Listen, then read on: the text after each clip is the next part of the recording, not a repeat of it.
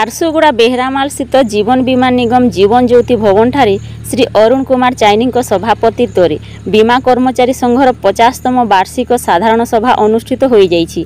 एही सभारे संबलपुर डिविजन बीमा कर्मचारी संघर साधारण संपादक साथी मीनरंजन बिसी, मंगलू बेहेरा और कोषाध्यक्ष वीरकिशोर नायक सम्मानित अतिथि भाव में जोग देइथिले। प्रारंभ में संपादक वेदव्यास भोई 14 पृष्ठार वार्षिक रिपोर्ट पाठ करने सह आलोचना पई मंचरे रखिथिले। रिपोर्ट उपरे गोपीनाथ मिश्र, आशीष शुक्ला, रत्नाकर प्रधान प्रमुख आलोचना करथिले। सम्मानित अतिथि मीनरंजन बिसी निज वक्तव्य बीमार शिल्प तार गरिमा बजाय रखिथिबा बेले सरकार बीमा प्रीमियम उपरे 18% जीएसटी लगाई एही संस्था को दुर्बल करि चारिछंती, जेउथि पई बीमा कर्मचारी माने राजरास्ता रे आंदोलन करबा सह पार्लियामेंट रे मध्य सरकार को प्रश्न पचरा जाई एहाकु तुरंत प्रत्याहार करबाकू निवेदन करा जाइछि।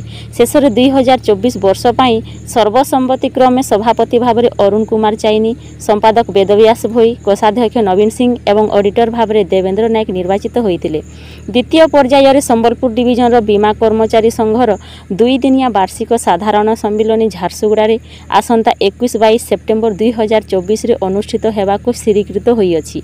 एथिपाई अभ्यर्थना समितिर प्रस्तुति सभा अनुष्ठित हैला एवं एही 39तम वार्षिक साधारण सम्मिलन पाई अभ्यर्थना समितिर अध्यक्ष भाव में पूर्व विधायक अलका महांती को मनोनीत करा जाइथिबा बेले संबलपुर डिविजन बीमा कर्मचारी संघ साधारण संपादक को एहार अवाहक वेदव्यास भोई को एहार संपादक भाव में मनोनीत करा जाइछि।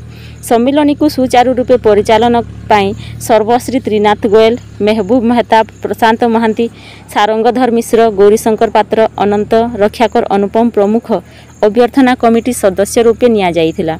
शेषरे गोपीनाथ मिश्र समस्त को धन्यवाद अर्पण करथिले।